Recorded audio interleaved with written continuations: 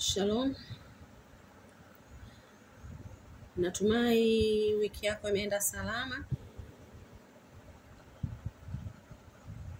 Kabla ya yote, tuombe. Mungu wetu na Baba yetu, wewe unayetupenda upeo. Tunakushukuru kwa ajili ya Jumatano nyingine. Tunakushukuru kwa ajili ya upendo wako kwetu. Tunakushukuru kwa afya na uhai uliotupata siku hii ya leo.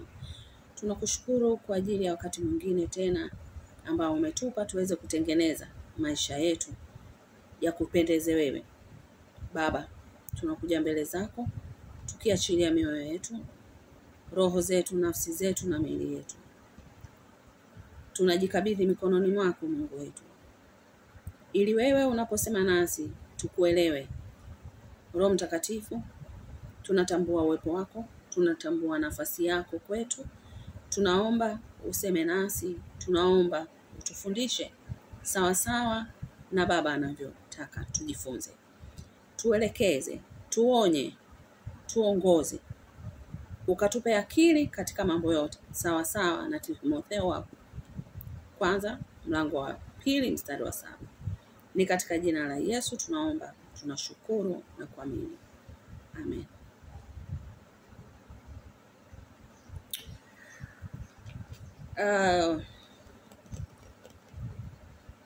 Wiki iliyopita tuliishia Ufunuo wa Yohana 12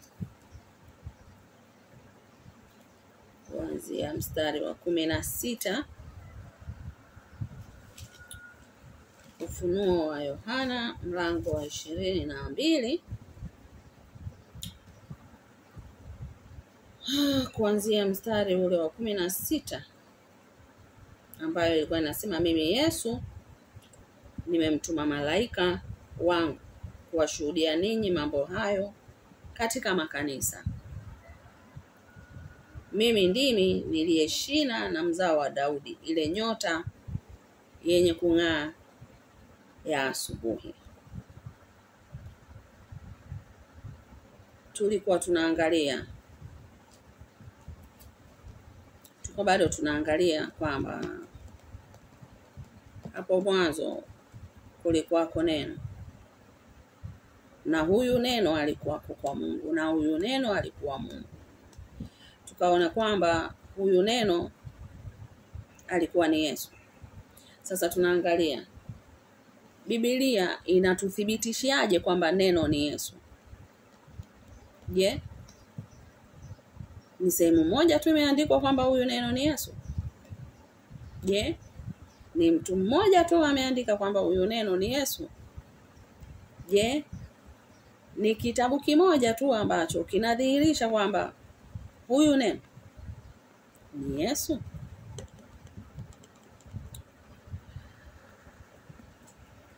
Sasa bado tunaendelea. Mimi Yesu nimemtuma malaika wangu. Natuonyesha ni uwezo gani Yesu alikuwa nao wa kuweza kutuma malaika. Na amemtuma malaika gani? Malaika wake. Kadiri uko mbele tutakavyoendelea, tutaona kwa nini Yesu alimtuma malaika wake.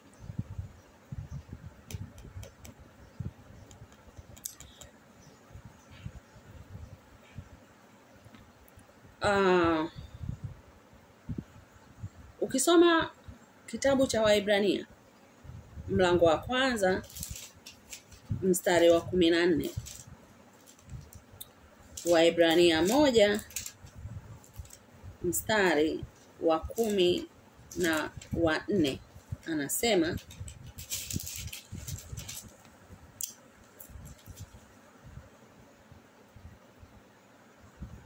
je, hao wote si roho watumikao wakitumwa kuwahudumu wale watakaourithi wokovu?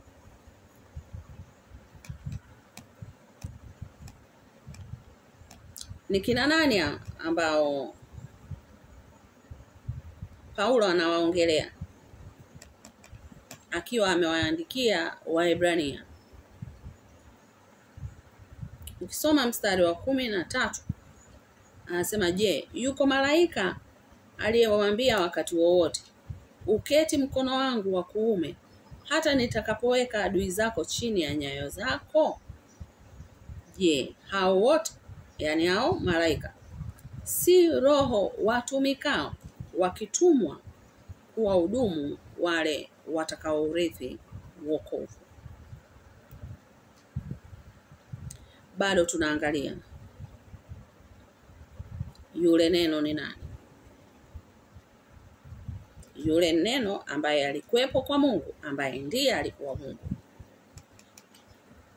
Neno ni Yesu. Yesu ni Mungu.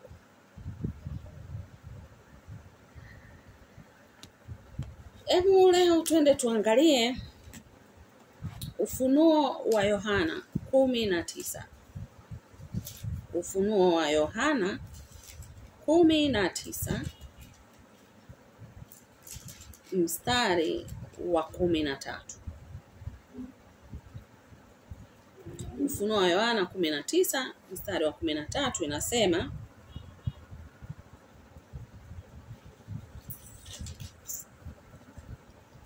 naye amevikwa vazi lililochovywa katika damu, na jina lake anaitwa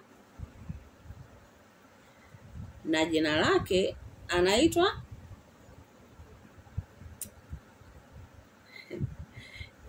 lake anaitwa nani?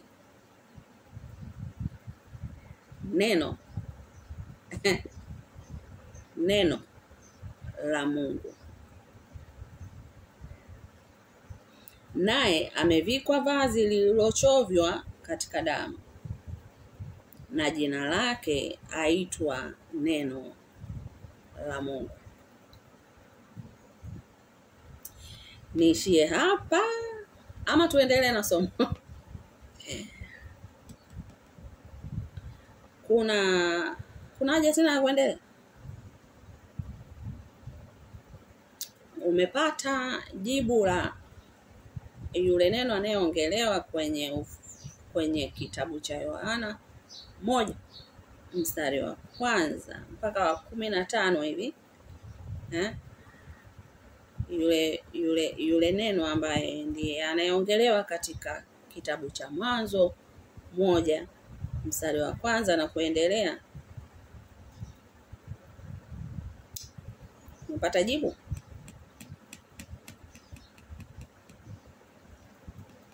Umeelewa neno ni nani?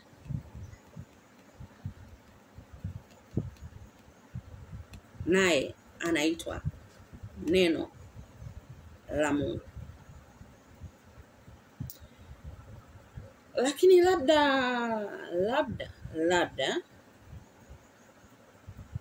Yohana wakati anaongea kuhusu huyu ambaye anaitwa Neno la Mungu, labda hakuwa anamuongelea Yesu. Hakuwa anamuongelea Yesu, si ndio? Hebu turudi kidogo nyuma.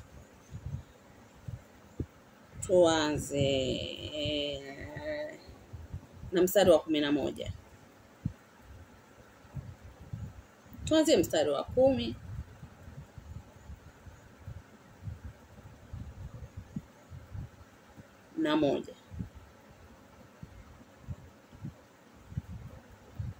Kisha nikaziona mbingu zimefunuka, na tazama farasi mweupe, na yeye aliyempanda. Huyo aliyempanda farasi mweupe alikuwaje? Anaitwa Mwaminifu na wa kweli, naye kwa haki ahukumu na kufanya vita. Na macho yake yalikuwa kama mwali wa moto, na juu ya kichwa chake vilemba vingi, na ana jina lililoandikwa asilolijua mtu ila yeye mwenyewe. Na amevikwa vazi lililochovywa katika damu, na jina lake aitwa Neno la Mungu. Na majeshi yaliyo mbinguni wakamfuata, Wamepanda farasi weupe na kuvikwa kitani nzuri, nyeupe, safi. Na upanga mkali utoka kinywani mwake. Na upanga mkali utoka kinywani mwake. Na upanga mkali utoka kinywani mwake. Narudia haya maneno, nina sababu, utaijua huko mbele. Ili awapige mataifa kwa huo, naye atawachunga kwa fimbo ya chuma. Naye anakanyaga shinikizo la mvinyo ya ghadhabu ya hasira ya Mungu Mwenyezi. Naye ana jina limeandikwa katika vazi lake na paji lake, Mfalme wa wafalme na Bwana wa mabwana.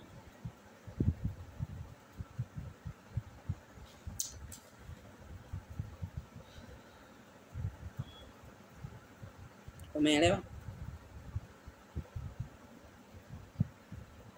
Narudia tena.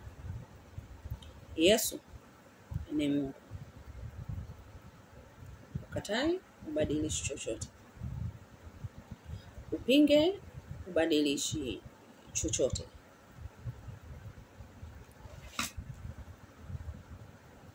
Kusema kwamba inawezekanaje Mungu akatoka mbinguni akaja duniani,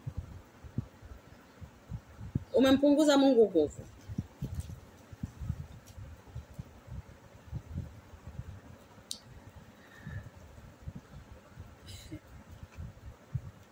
Inawezekanaje unaamini kwamba Mungu anaweza kuwa mahali popote wakati wote, omnipresent,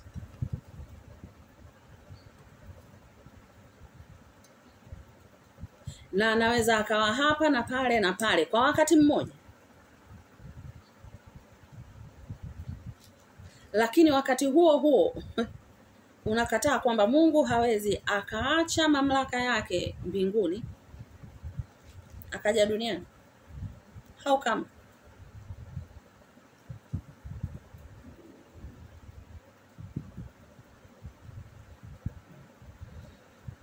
Kuna kijana mmoja alikuwa anaitwa Nathanaeli.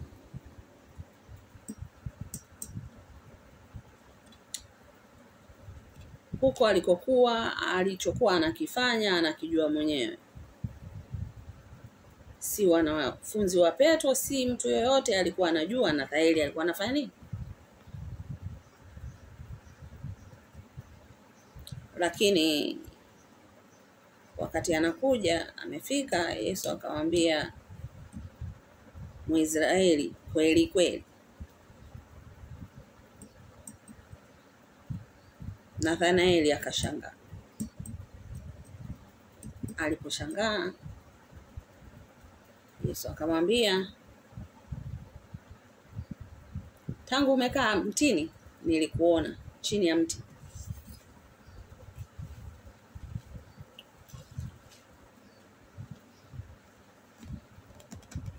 Na anavyoongea hivyo sio kwamba Yesu na Nathanaeli wako kwenye mazingira ambayo wanaonana, no.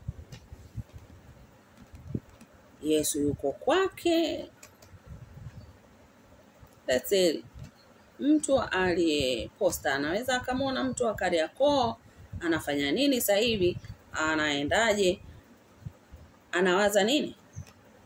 Hapana, si ndio?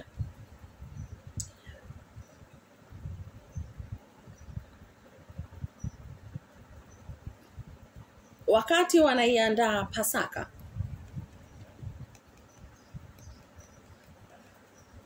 sio kila kitu nikutafunie bwana. Soma Biblia. Soma Biblia. Soma Injili. Hivi vitu ninavyokusimulia, ninavyokuambia vimeandikwa katika Injili. Wakati wanaiandaa Pasaka, ili Yesu aile Pasaka kwa mara ya mwisho,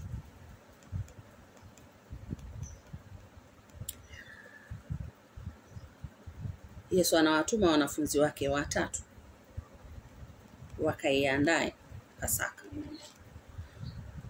Alafu anawaambia nendeni mjini. Mkiwa mnaenda mjini, mtakutana na mtu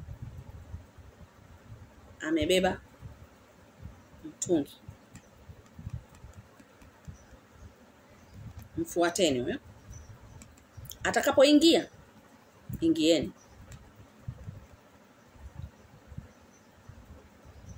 Halafu mumwambie mwenye nyumba, sio yule mtu aliyekuwa amebeba mtungi. Mwambie mwenye nyumba, mwalimu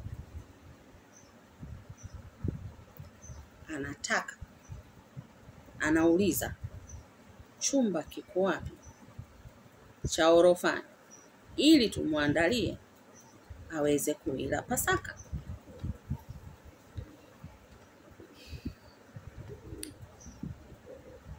Iliwezekanaje Yesu akajua kwamba muda huu, dakika hii, watakapofika bahari fulani watakutana na mtu amebeba mtungi?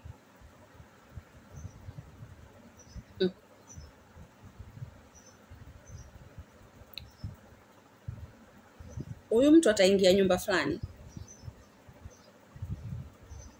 na mwenye nyumba atakapoambiwa atakubali? Mwanadamu wa kawaida anaweza akayatambua haya?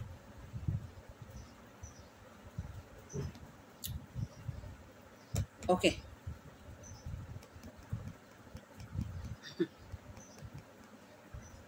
Lazaro amekufa.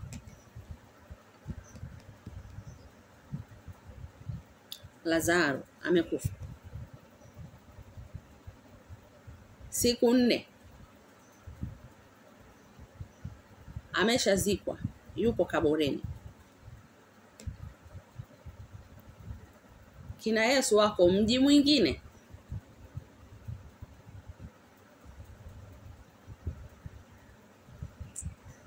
Na wanafunzi wake.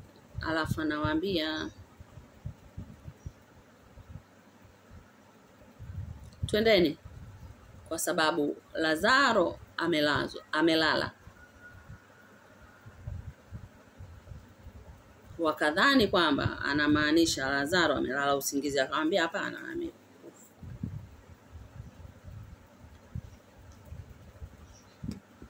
Kipindi kile kulikuwa hamna simu. Kulikuwa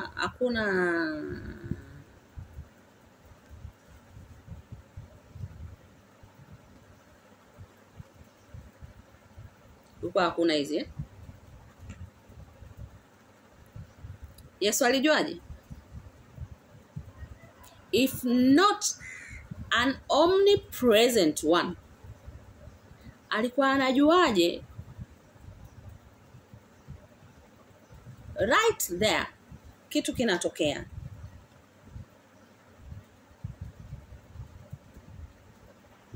Alikuwa anajuaje? Utaniambia kwamba mbona Ibrahimu alijua kuhusu Sodoma na Gomora mpaka akaanza kuomba? Mind you, walikuja watu katika wale watu ndio waliomwambia Ibrahimu nini kinaenda kutokea.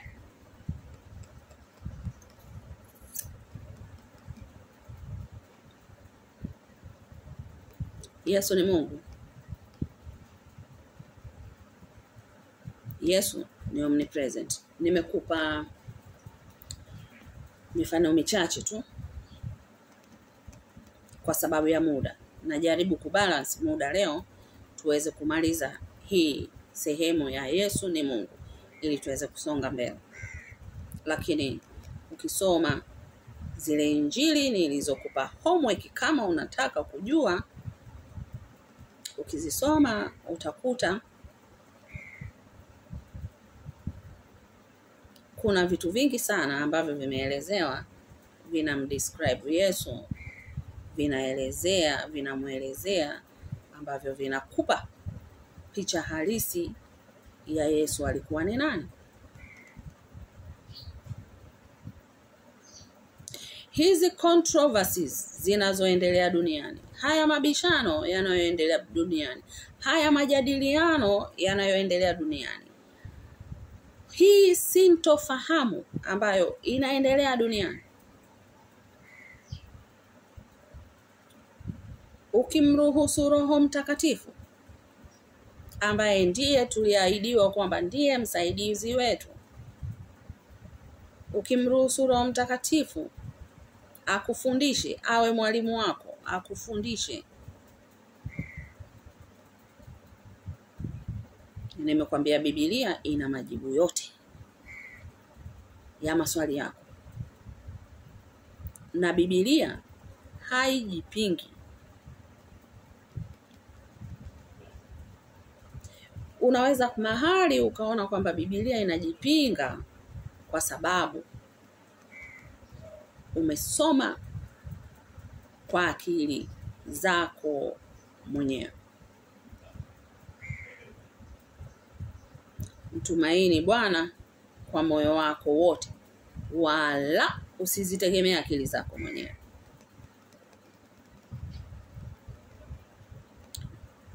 Mruhusu Roho Mtakatifu aseme na wewe, akufundishe, akuonyeshe, akuthibitishie. Yaani swali ambalo unaweza ukajiuliza kwenye kitabu cha Mwanzo, mbona hapa ilikuwa hapa? Unashangaa, unakuja kujibiwa na kitabu ambacho kimeandikwa, mstari upo kwenye kitabu cha Wimbo Ulio Bora. Biblia haijipingi. Yesu ni Mungu. Ufunuo wa Yohana 19 mstari wa 11 mpaka wa 16.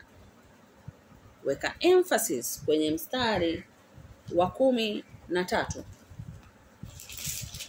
Mstari wa 13. Tumesha usoma na kurudia tu.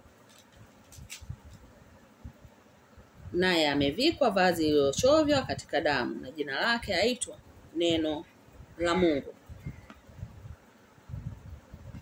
Kwa mstari huu naweza nikasema bye. Inatosha kabisa. Mistari ambayo nimekupa inatosha. Lakini nitashare na wewe kwa sababu bado tuna muda tumalizie Yesu ni Mungu. Nadhani sasa mpaka kufika hapa umepata majibu.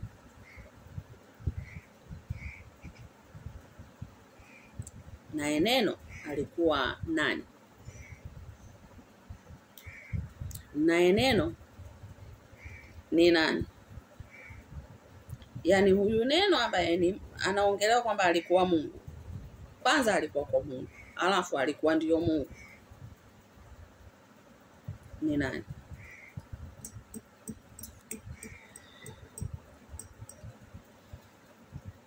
Kumbuka nilikwambia neno inayoongelewa kwenye kitabu cha Yohana mlango wa 1 mstari wa 1, ile eni zote tatu zimeanza na herufi kubwa ya N, capital N,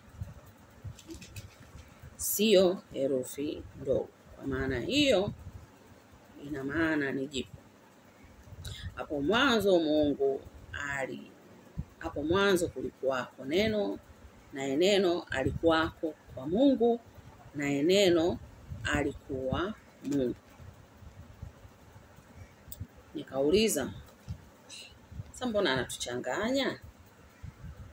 Ikawaje tena kwamba Neno awepo kwa Mungu alafu ndio awe Mungu? Unakumbuka kwenye kipindi kilichopita.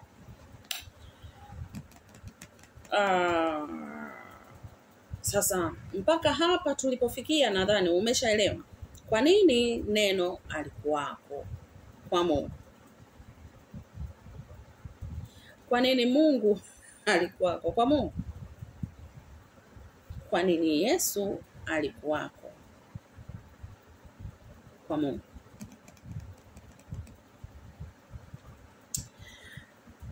Okay. Huu ni mwezi Machi. Niko nyumbani kwangu.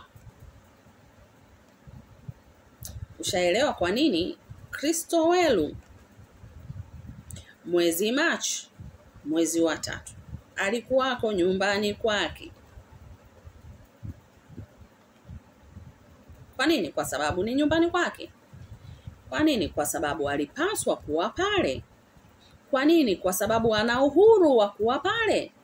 Kwa nini? Kwa sababu anapamiliki mahali pake.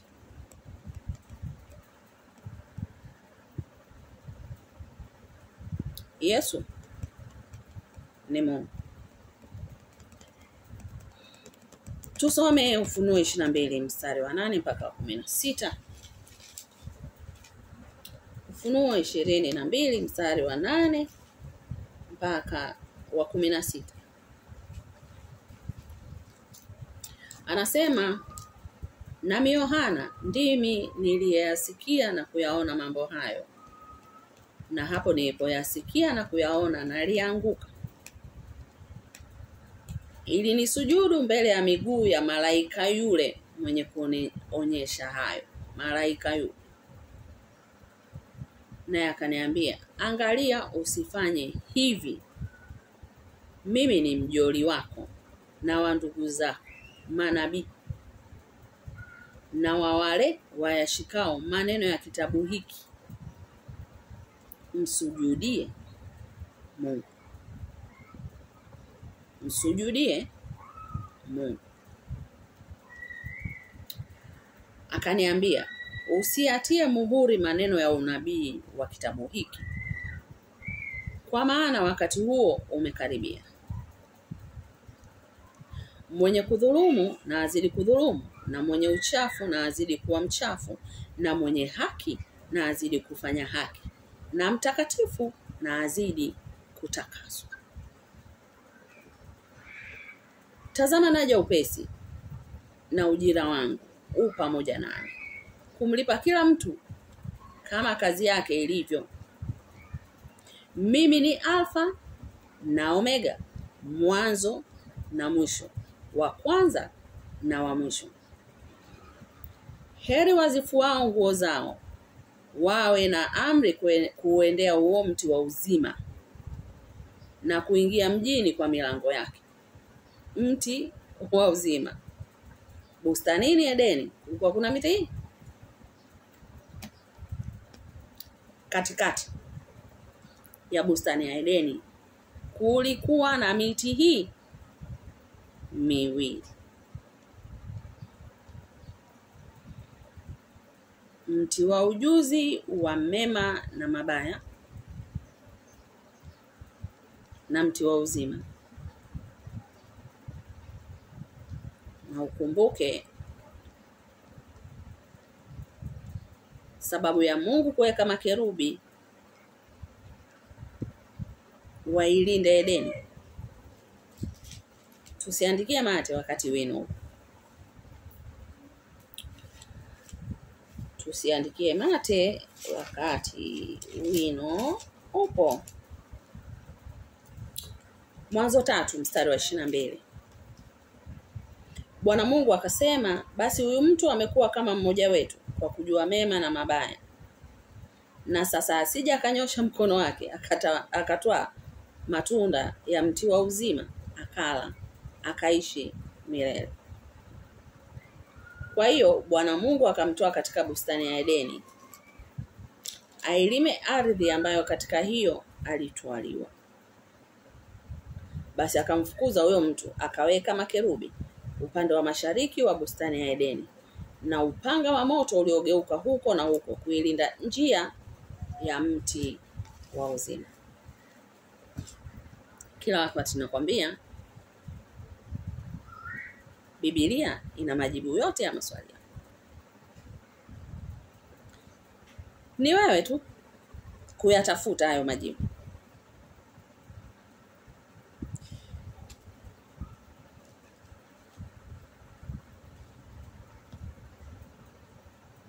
Hapa anatuambia kwamba heri wazifuao nguo zao wawe na amri kuuendea huo mti wa uzima na kuingia mjini kwa milango yake. Huko nje ya mji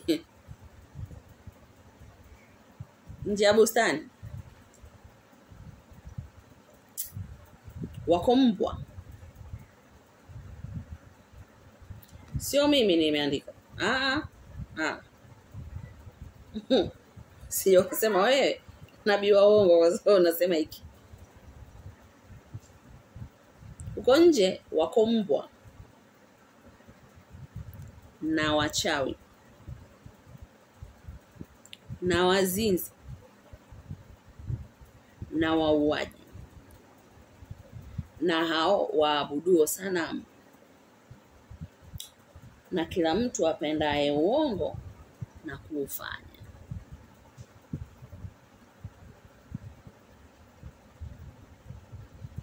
Mimi Yesu nimemtuma malaika wangu kwa kuwashuhudia ninyi mambo hayo katika makanisa. Mimi ndimi niliye shina na mzao wa Daudi, ile nyota yenye kung'aa ya asubuhi.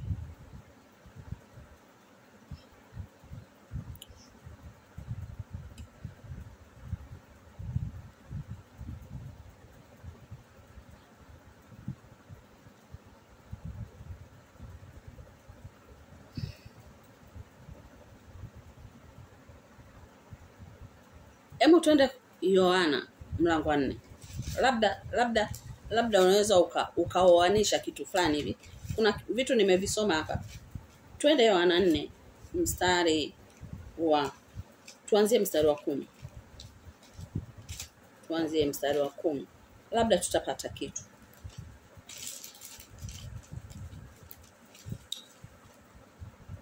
Anasema Yesu akajibu akamwambia, kama ungalijua karama ya Mungu, naye ni nani akuambiaye nipe maji ninywe, ungalimwomba yeye, naye angalikupa maji yaliyo hai.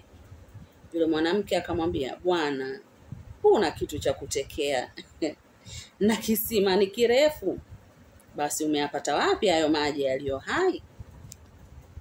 Je, wewe mkubwa kuliko baba yetu Yakobo aliyetupa kisima hiki, naye mwenyewe akanywa maji yake, na wanawe pia na wanyama wake? Yesu akajibu akamwambia, kila anywaye maji haya ataona kiu tena. Walakini yeyote atakayekunywa maji yale nitakayompa mimi hataona kiu milele, bali yale maji nitakayompa yatakuwa ndani yake chemchemi ya maji yakibubujika uzima wa milele. Yule mwanamke akamwambia, Bwana, unipe maji hayo nisione kiu wala nisije hapa teka. Yesu akamwambia, nenda kamwite mumeo. Ametaka maji? Nenda kamwite mumeo, uje naye hapa. Yule mwanamke akajibu akasema, sina mume. Yesu akamwambia, umesema vema, sina mume, kwa maana umekuwa na waume 5, naye uliye naye sasa siye mume wako. Hapo umesema kweli. Kwa kitendo cha kuongelea mume wake tu, kwa kitendo cha Yesu kuongelea mahusiano yake, yule mwanamke alijua kabisa maji haya ndio maji ya uzima. Sikiliza mstari wa 19. Yule mwanamke akamwambia, Bwana, naona ya kuwa unabii. It's not normal. Unijui? Sikujui. Tunarudi pale pale. Omnipresent. Ndio maana nimekwambia soma Injili ndugu yangu. Soma Injili.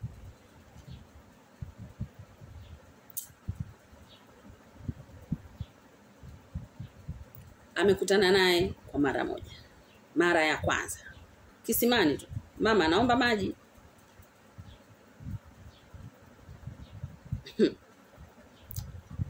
Mimi Msamaria, wewe Myahudi, wapi na wapi mimi na wewe? Hatuwezi kuchangamana. Na kwa sababu alikuwa hana mume. Ana mwanaume lakini hana mume. Na inaweza kuwa alikuwa ana ndoa kabisa. Kuna ndoa nyingine mtu sio mume wako. Yaani unaishi naye unajua kabisa this is not mine. Hapana. Huyu. Huyu si mke wangu. Hapana.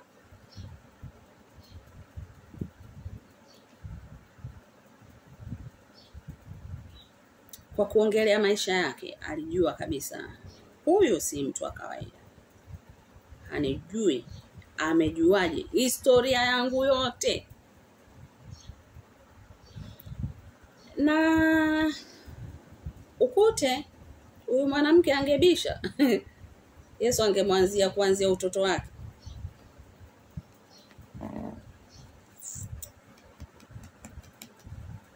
Yule mwanamke akamwambia, Bwana, naona ya kuwa nabii. Baba zetu waliabudu katika mlima huu.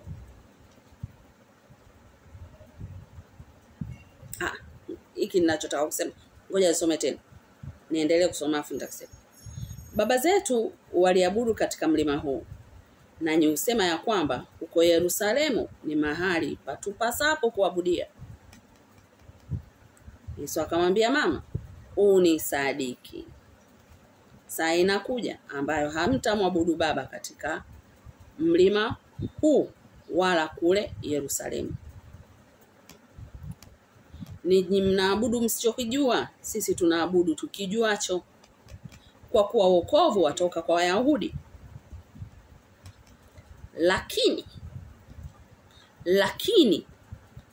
Lakini saa inakuja, nayo sasa ipo,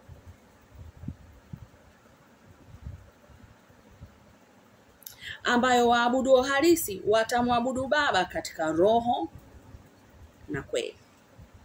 Kwa maana Baba awatafuta watu kama hao wamwabudu.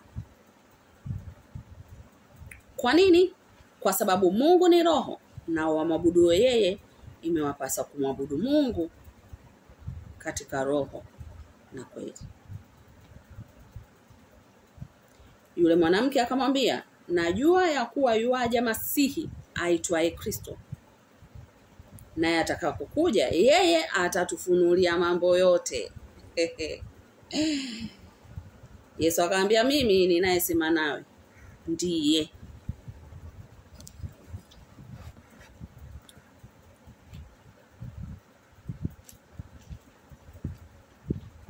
Yesu akamwambia, mama, unisadiki. Saa inakuja ambayo hamtamwabudu Baba katika mlima huu wala kule Yerusalemu. Ninyi mnaabudu msichokijua. Sisi tunaabudu tukijuacho. Baba zetu waliabudu katika mlima huu, nanyi husema ya kuwa huko Yerusalemu ni mahali patupasapo kuabudia.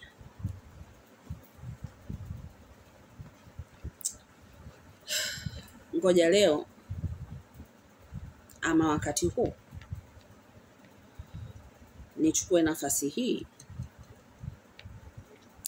kuongea na wewe unayejivunia sehemu ya ibada unakofanya ibada.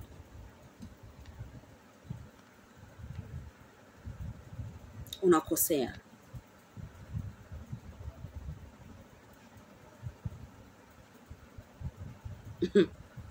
Unakosea. Sisi ndo watakatifu sana. Sisi ndo tunaabudu hivi. Sisi tuna salamu yetu hii.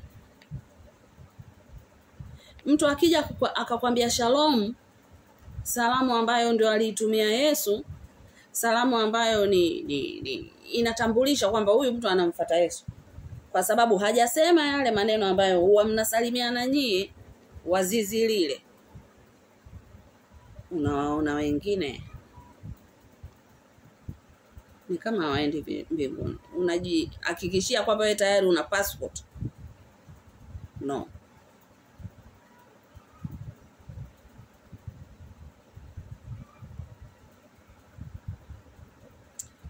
Hapo unapoabudia ni njia tu. Bado hujafika. Narudia tena. Maana kuna watumishi wengine utasikia kanisa letu ndio kanisa la mwisho. Kanisa letu ndio kanisa sahihi. Hapa ndio mahali sahihi pa kuabudia. Hapa ni hivi na hivi na hivi. No. Sikia. Kuna kijana mmoja, jamaa mmoja alikuwa anaitwa Yuda Iskariote.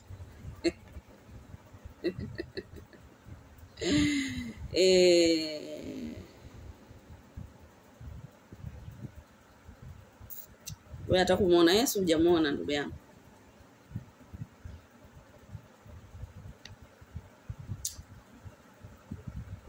Yuda Iskariote ndo alikuwa accountant. Mshika fedha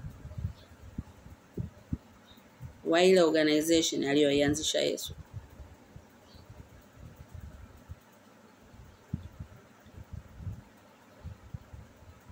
Yuko wapi sasa?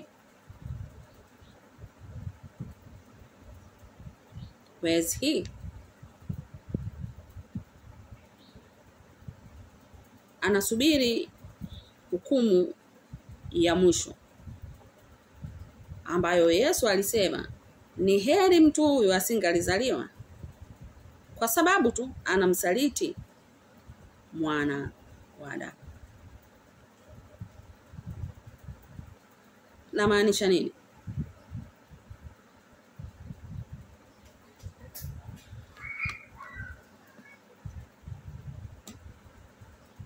Mungu ni roho.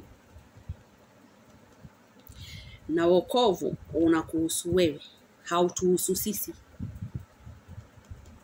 Wokovu unanihusu mimi, hautuhusu sisi, hautuhusu mimi na walionizunguka. Never.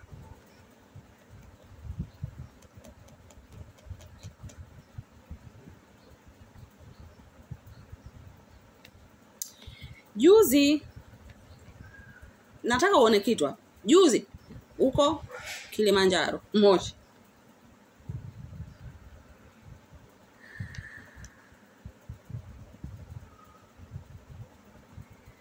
Wamekutwa wabibi wawili kanisani.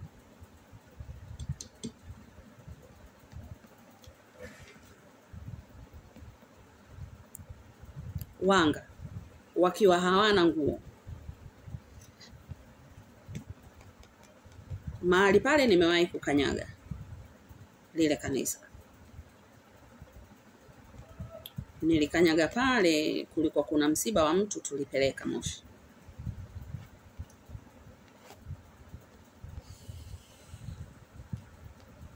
Sasa kuna incident moja ilitokea.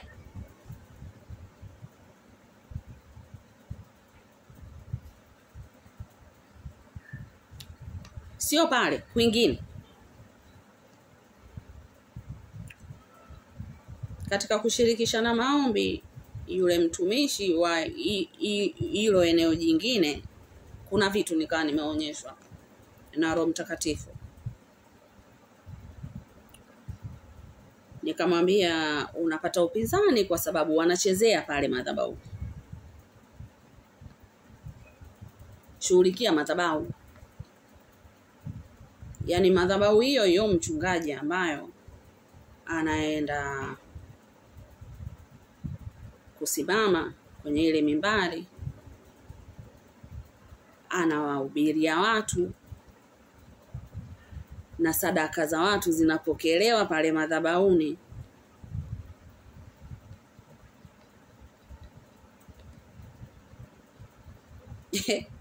Ndio hiyo watu hawaogopi wala nini. wanaenda kuchawia pale pale, kurogea pale pale.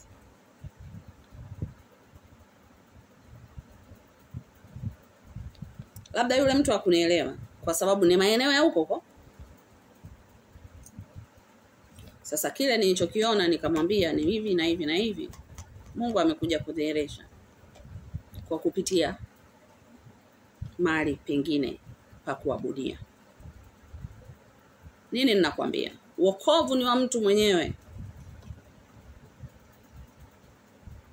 Tunaweza wote tukaingia ndani pale kanisani, tukasifu, tukaabudu, tukacheka, tukasikiliza neno, tukatoa sadaka, tukadani na hiki na kile na kile, tukaachana tukaenda nyumbani. Naishije najua mimi. Namtii Mungu ama simtii Mungu najua mimi.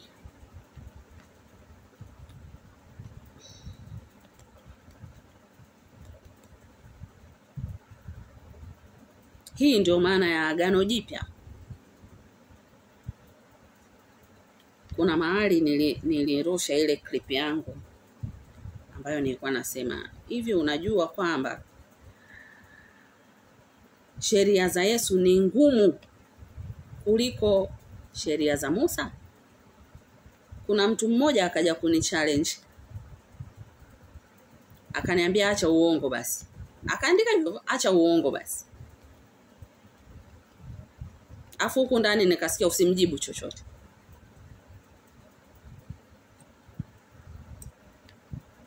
Kwa nini? Acha uongo basi, lakini hajaenda kusoma vile nilivyomwambia kasome. Mathayo 5:6-7. Angekuwa ameenda kusoma asingerudi kuniambia acha uongo basi. Kwa sababu vipo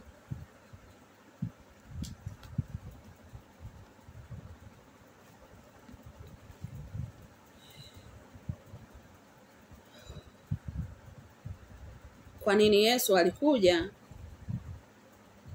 Ili atuonyeshe njia. Tunafikaje mbinguni? Usijisifie unaabudu wapi.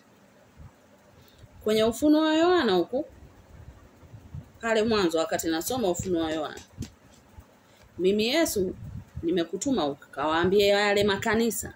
Kwa nini? Kwa sababu ukirudi Ufunuo wa Yohana 3:2 nafikiri na 1, barua kwa yale makanisa 7.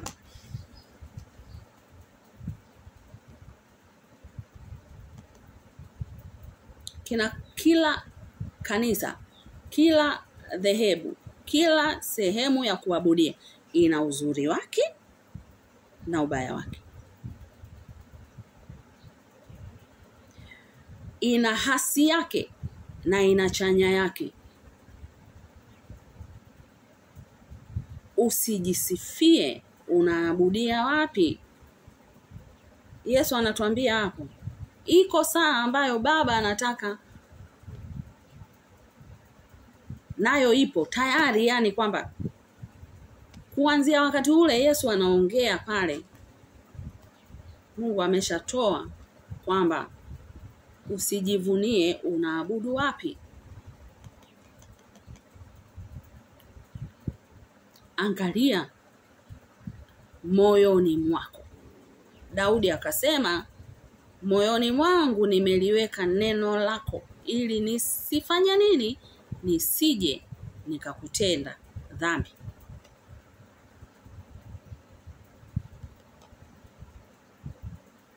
Unapomwabudu Baba katika roho na kweli, sio kumwabudu kwa sababu upo kanisa fulani ama dhehebu fulani, dhehebu la kwanza ama la mwisho. Maana watu sasa hivi tunajisifia sisi ndio kanisa letu la mwisho, kanisa la watakatifu wa mwisho. Sisi ndio kanisa letu la mitume. Sisi ndio tumetoka kwa mitume. Sisi ndio tunabatizwa kwa maji mengi. Sisi, yani huyu mimi wa Paulo, mimi wa Apolo, mimi wa Petro, mimi wa Yuda, mimi wa Yohana. No. Kiongozi wetu mmoja. Na tumeambiwa mara 3. Msikieni yeye. Huyo ndiye mwanangu mpendwa wangu niliyependezwa naye. Msikieni yeye. There is no shortcut. Hakuna njia ya mkato. Hakuna njia ya mkato. Hakuna. Asikudanganye mtu. Hakuna njia ya mkato. Njia ya kwenda mbinguni ni nyembamba. Imesongwa.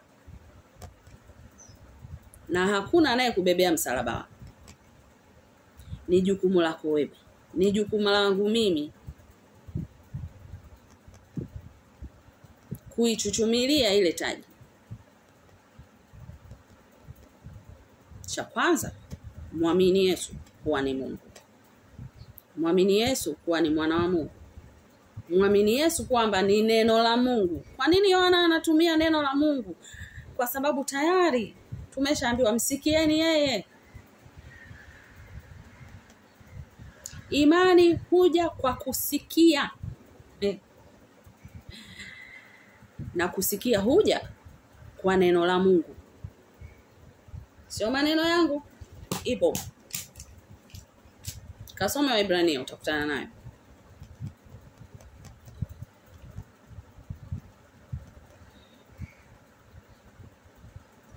Msikie Yesu. Vile uongo vile wanavokudanganya wale ambao umefikia sasa unawaita manabii wa uongo. Hawatakudanganya tena. Msikie Yesu.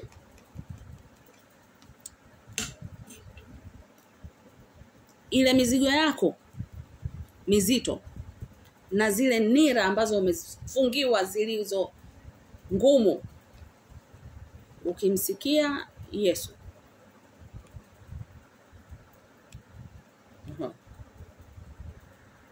nira yake ni laini na mzigo wake ni mwepesi.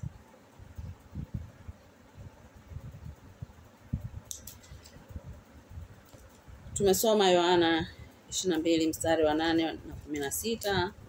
Tumesoma Yohana 4 mstari wa 10 hadi wa 26. Hebu nikuongezee dozi kidogo, tuende kwenye Marko 12.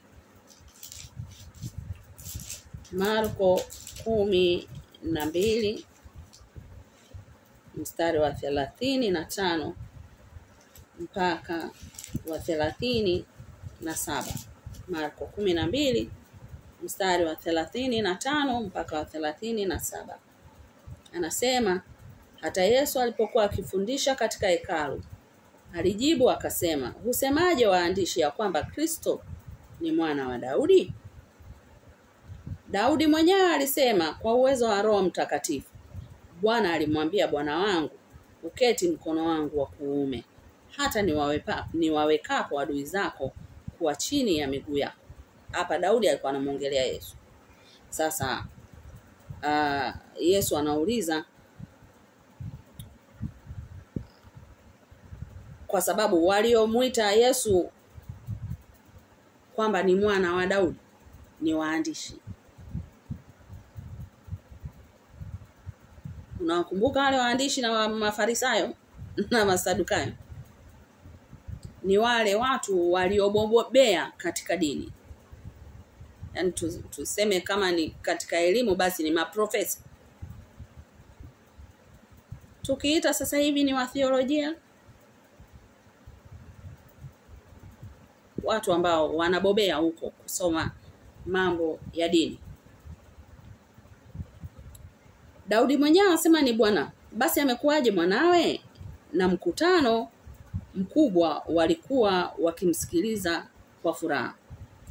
Akawaambia katika mafundisho yake, jihadharini na waandishi wapendao kutembea wamevaa mavazi marefu na kusalimiwa masokoni na kuketi mbele katika masinagogi na viti vya mbele katika karamu, ambao hula nyumba za wajane na kwa unafiki kusali sala ndefu.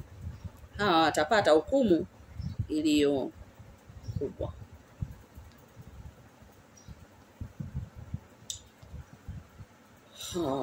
Mathayo Marko huyo anatuonyesha kwamba Yesu anauliza,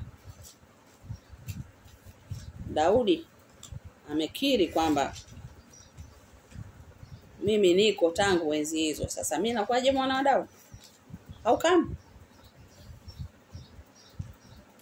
hivi ni kweli Daudi alisema hivi? Hebu tusome Zaburi 110 mstari wa 7. Mstari wa kwanza.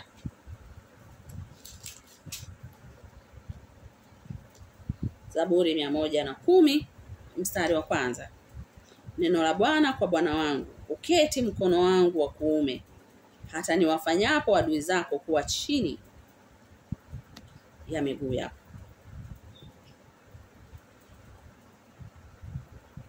Yesu ni mwana wa Mungu. Unataka ulione tena? Mathayo 22. Mathayo 22 mstari wa 41 mpaka 46. Nimtusome hapa.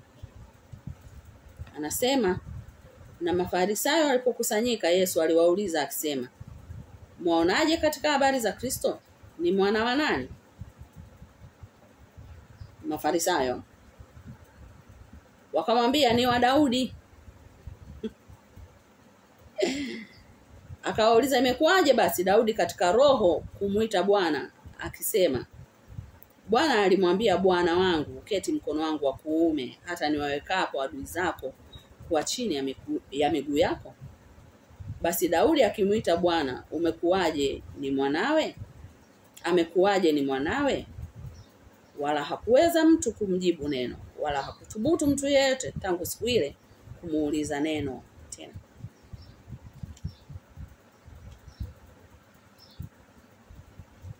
Bado naendelea kukuthibitishia kwamba Yesu ndiye aliye neno. Yesu hakuishi miaka yani hakuwepo tu kipindi kile, amekuja katika mwili. Bado anasisitiza kwenda rohoni. Umeona? Yesu anasema katika roho. Daudi anakiri. Huwezi kuelewa hivi vitu kama haupo rohoni. Huwezi kuvielewa. Yohana 8 mstari wa 58. Yohana 8 mstari wa 58. Ukisoma nyuma utaona mkihini, lakini nitaanzia 57. Basi Wayahudi wakamwambia, wewe hujapata bado miaka 50, nawe umemwona Ibrahimu? Yesu akamwambia, amin amin nawaambia, yeye Ibrahimu asija kuwako, mimi niko ambaye niko. Basi wakaokota mawe ili wamtupie, lakini Yesu akajificha, akatoka hekaluni. Nataka nikuongezee dozi. Timotheo wa kwanza mlango wa 2 mstari wa 5 na wa 6. Timotheo wa kwanza mlango wa 2 mstari wa 5 na wa 6. Kwa sababu Mungu ni mmoja, na mpatanishi kati ya Mungu na mwanadamu ni mmoja, mwanadamu Kristo Yesu, ambaye alijitoa mwenyewe kuwa ukombozi kwa ajili ya wote, utakaoshuhudiwa kwa majira yake.